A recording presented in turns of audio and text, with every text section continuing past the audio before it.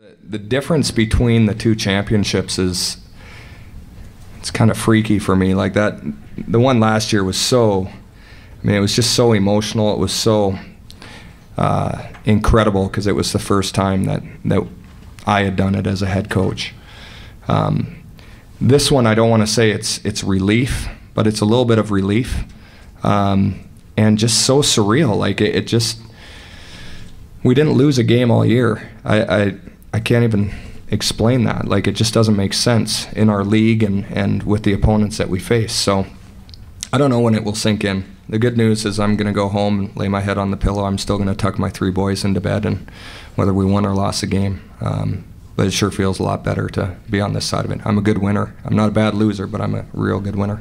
I had the players close their eyes. We always huddle up right before we go out, and I allow our coaches to speak, but I said close your eyes and just imagine throwing your gloves and jumping on the pile. And I gave them about 3 seconds, and I said, okay, stop thinking about that.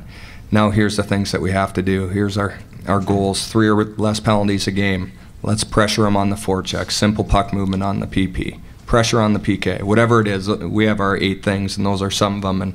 And that's the process of winning a hockey game for us. That's the blueprint. And so that's what we talked about. And the other thing I said, I'm getting older. I'm almost 40, so I've been in 9 of these Frozen Fours, and you only get, as a player, so many opportunities to do something special and to do something great. And these players had an opportunity tonight, and I was just so happy the way they came out and played free, got the lead, and continued to extend it. And you look at tonight, we're up 2-1. And I don't know who Nora robbed on the backside post to post, but that was a turning point because then we came down and scored 2.